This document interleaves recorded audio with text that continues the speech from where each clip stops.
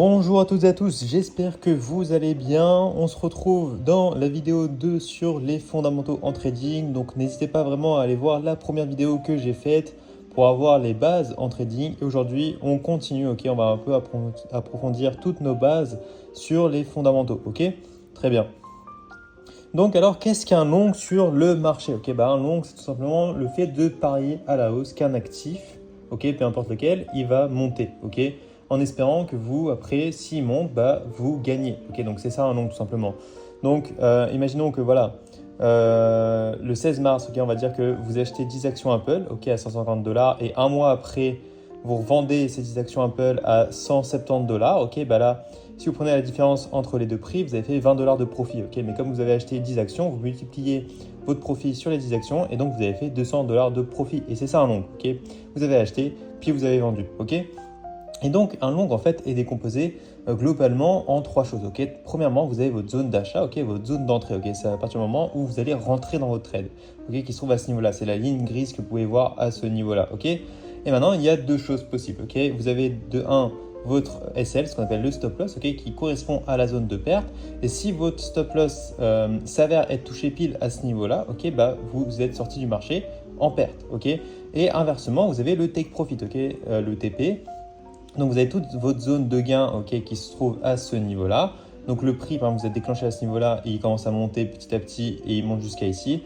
Et vous êtes déclenché votre take profit à partir du moment où le prix touche votre zone de fin, okay, à ce niveau-là. Okay.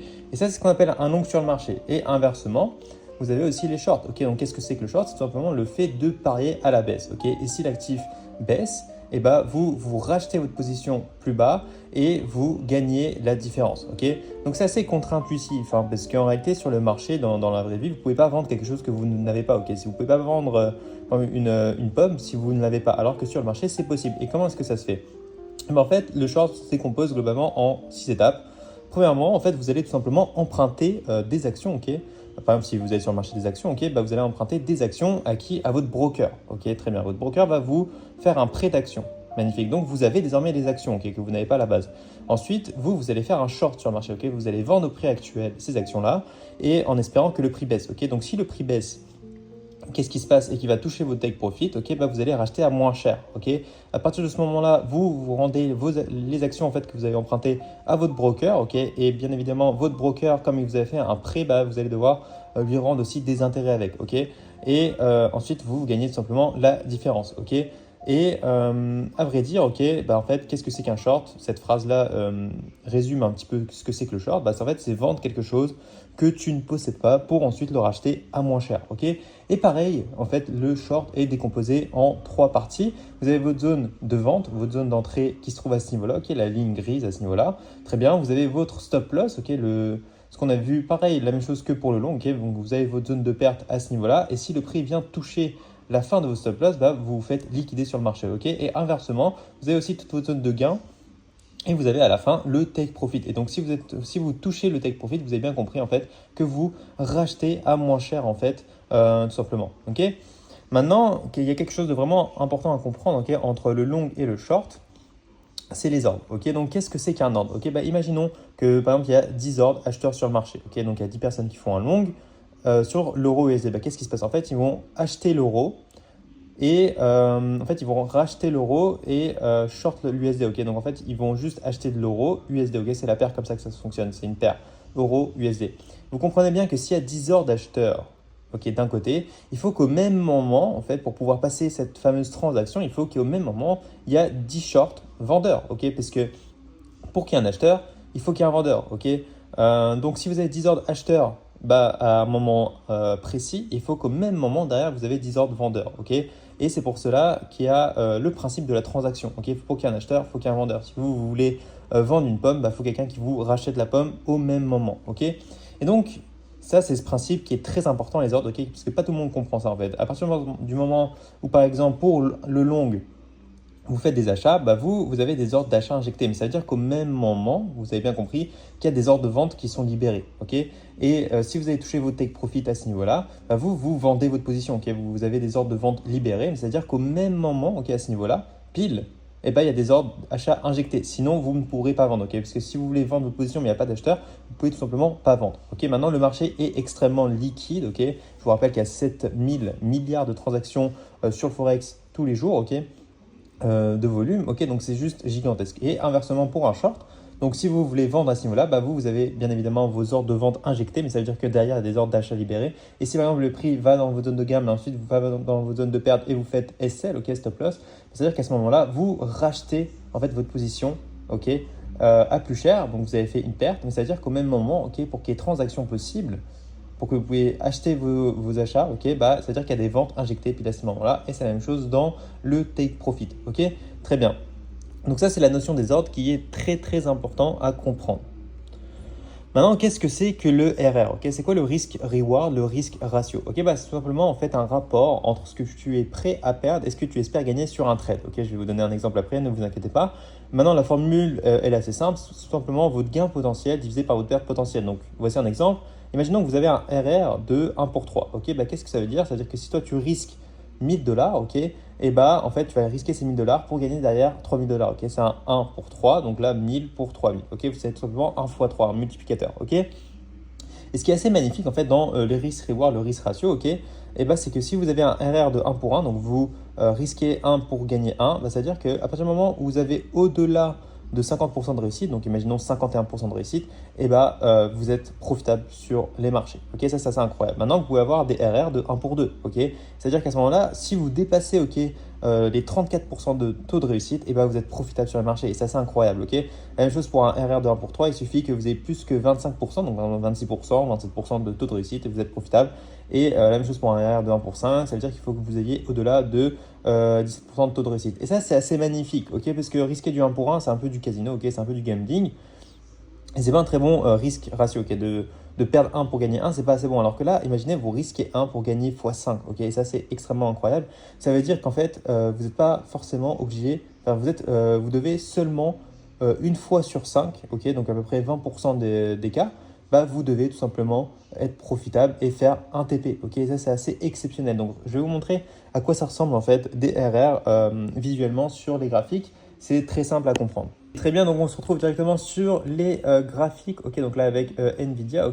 Et donc, je vais vous expliquer en fait qu'est-ce que c'est que tout simplement en fait le risk ratio. Donc, imaginons que là en fait je prends un long sur le marché. Ça c'est un long. Et qu'est-ce qu'on peut observer dessus de très intéressant? En fait, vous voyez que vous risquez 15,436% sur le marché pour gagner la même chose. C'est noté à ce niveau-là. Et en fait, vous voyez que le risk ratio est noté ici 1. C'est très simple parce que si vous prenez votre zone de gain divisée par votre zone de perte, ça donne 1. Maintenant, vous pouvez très bien augmenter votre risk ratio. Regardez, si j'augmente le take profit à ce niveau-là, vous voyez que la zone de récompense à ce niveau-là, elle augmente. Donc là, ça veut dire que vous risquez 1 pour gagner 1,53%, pas pour cent, 1,53 fois plus. Et donc, imaginons que vous avez un RR, disons de 2. Je vais essayer de le mettre correctement. Un RR de 2 sur le marché. Je vais le faire comme ceci, un RR de 2. Donc, il faut bien que j'arrive à bien le mettre. Voilà, on est parfait. Donc là, si vous risquez un RR de 2, et que votre position, par exemple, imaginons que vous êtes déclenché à ce niveau-là, qu'elle fait quelque chose comme ceci. Magnifique. Et que vous faites take profit, en fait, ça veut dire, ce qui est assez exceptionnel, qu'est-ce que ça veut dire? Ça veut dire en fait que à partir du moment où vous gagnez 2 fois plus que ce que vous avez risqué, et en fait, pour reperdre votre capital entièrement, ça veut dire que vous devez faire 2 fois le même SL. Donc imaginons, c'est environ, pour que vous compreniez. Donc si je colle à peu près ces 2 SL à ce niveau-là, en fait, tout simplement, vous allez devoir perdre 2 fois d'affilée pour revenir à votre zone de base. Et ça, c'est assez exceptionnel de le comprendre. Donc c'est pas exactement les mêmes positions. Attendez, je vais vous montrer en fait vraiment parce que c'est incroyable de comprendre ça en fait. Regardez, si je mets à peu près mon SL à ce niveau-là, très bien, on va le multiplier. Voilà. Donc là, c'est plutôt bien fait, très bien. Donc là, vous avez bien compris en fait que à partir du moment où vous faites take profit à ce niveau-là, en fait, ça veut dire que derrière, pour revenir à votre position de base, donc imaginons que vous étiez à 100 000 et que vous avez gagné 102 000, magnifique. En fait, ce qui se passe, c'est que vous devez perdre 2 fois d'affilée pour revenir à votre capital de 100 000. Ok. Et ça, c'est assez incroyable en fait de le comprendre. Ok, parce que vous avez bien compris qu'en fait, si vous avez un RR de 1 pour 3 à peu près, ok, et ben en fait, vous devez perdre 3 fois consécutivement votre position pour revenir à votre position de base. Et ça, c'est assez incroyable en fait. Vous voyez, si vous avez un RR de, imaginons 1 pour 4 à ce niveau-là, ça veut dire que derrière, vous allez devoir perdre en fait 4 fois votre position initiale, ok, pour pouvoir revenir tout simplement à votre position de base. Ok. Et ça, c'est extrêmement important, vraiment, je le dis, c'est extrêmement important à comprendre. Ok. Parce qu'il y a beaucoup de traders en fait qui font ça. Ok. Imaginons, ok, ils veulent acheter, pas magnifique, on va donner un exemple sur le marché. Ok. Tu as beaucoup de traders en fait. Quand ils font des achats, ok, donc imaginons ils veulent acheter à ce niveau-là, ok, bah, eux en fait ils mettent un tout petit take profit, ok, et ils mettent un SL énorme, ok, et là c'est une catastrophe, ok, parce que là vous risquez 1 pour gagner 0,25, ok, et il y a réellement des traders qui font ça, ok, donc là magnifique. Qu'est-ce qui se passe? Ils sont déclenchés à ce niveau-là et ils se font take profit à ce niveau-là, ok. Maintenant qu'est-ce qui se passe le jour, ok, où l'action ou le forex, ou, je ne sais pas, peu importe quel type d'actif vous êtes, bah il se crash, ok, bah c'est une catastrophe, ok, c'est une catastrophe. Et c'est vraiment pas du tout comme ça que vous devez trader. Même des RR de 1 pour 2, c'est pas assez bon. Il faut risquer un minimum de RR de 1 pour 3. Ok. Et ça, c'est extrêmement important à comprendre. Plus vous avez des RR élevés, plus encore une fois, votre taux de chance de réussite est exceptionnel. Ok. Parce que là, pour un RR de 1 pour 4, ok, ça veut dire que si vous faites une fois 1 TP, c'est-à-dire que vous devez perdre quand même 4 fois d'affilée 1%. Ok. Un R total pour revenir à votre position de base et vous ne serez même pas en négatif. Ok. Donc ça, c'est assez exceptionnel. Maintenant, on se retrouve directement sur la présentation. Ok, voilà, donc j'espère que vous avez bien compris qu'est-ce que c'était que le risk-reward, le risk ratio, c'est extrêmement important en fait à comprendre. Ok. Voilà, donc maintenant, en fait, qu'est-ce que c'est qu'un broker? Ok, ben, un broker, ce qu'on appelle un courtier en français, ok, ben, c'est l'intermédiaire en fait entre toi et les marchés financiers. Ok, en fait, toi, tu ne peux pas directement aller à la bourse de Paris pour acheter des actions. Ok, tu dois automatiquement passer par un broker avant. Ok, et ce broker-là, il va te donner accès à pas mal de choses. Ok, déjà de 1, il va donner accès au marché. Ok, que ce soit des actions, du forex, des cryptos, des matières premières, etc. Ensuite, numéro 2, il va exécuter en fait tes ordres d'achat ou de vente sur le marché. Et en plus de ça, il va te fournir une plateforme de trading et va permettre de conserver ton argent et tes actifs. Ok. Maintenant, il y a beaucoup de brokers, ok, qui sont connus. Ok. Et moi, je vous conseille pas mal de brokers. Ok. Les brokers traditionnels et réellement bons sur le marché, ok, parce qu'il y a beaucoup d'arnaques, il faut faire attention. Bah, vous avez pas mal de brokers qui sont extrêmement bien, ok. D'ailleurs, des listes noires, il y a des listes noires en fait de brokers parce qu'il y a beaucoup d'arnaqueurs, ok. Voilà. Donc maintenant, vous avez quoi? Pour les investissements, ok, plus long terme et sérieux, vous avez par exemple Interactive Broker ou Saxo Bank, ok, qui sont très bons. Et pour des brokers CFD, ok, plus pour le trading, ok, bah, vous avez par exemple IC Market, vous avez eToro, vous avez XTB, vous avez Wanda, FXM, ok. Voilà. Et pourquoi ces brokers-là sont plus pour le trading alors que ça va plus pour les investissements? Tout simplement parce que ces brokers de ce type-là, ok, bah, ils vont t'offrir tout simplement des leviers plus grands. Ok. Et vous avez la même chose que le broker, par exemple, pour les crypto-monnaies, c'est ce qu'on appelle les exchanges. Ok. Donc, vous avez par exemple Binance, Coinbase ou Bybit. Ok. Et eux, c'est des brokers spécialisés dans les crypto-monnaies. Maintenant, vous avez des plateformes de trading. Ok. Bah, vous avez 2 types de plateformes de trading, mais vous en avez plein. Ok. Moi, c'est mes 2 principales que j'utilise. Vous avez CTrader et MT4, MT5. Ok. Donc, vous avez bien compris que de 1, vous êtes, par exemple, si là, vous voulez trader, ok, qu'est-ce qui se passe? Bah, vous êtes le trader. Vous avez les marchés financiers. Vous avez votre broker qui est IC Market. Et qu'est-ce qui fait l'intermédiaire entre IC Market et les marchés? Eh bien, ce sera tout simplement votre plateforme à vous, MT4, MT5, ok, que vous pouvez directement connecter sur TradingView. Ok. Et ça, c'est assez exceptionnel. Ok, donc voilà. J'espère que vous avez aimé cette vidéo. C'est la fin de la vidéo. Merci pour votre attention. Ça fait toujours plaisir. N'hésitez pas à vous abonner et à liker la vidéo pour me donner de la force. Ok.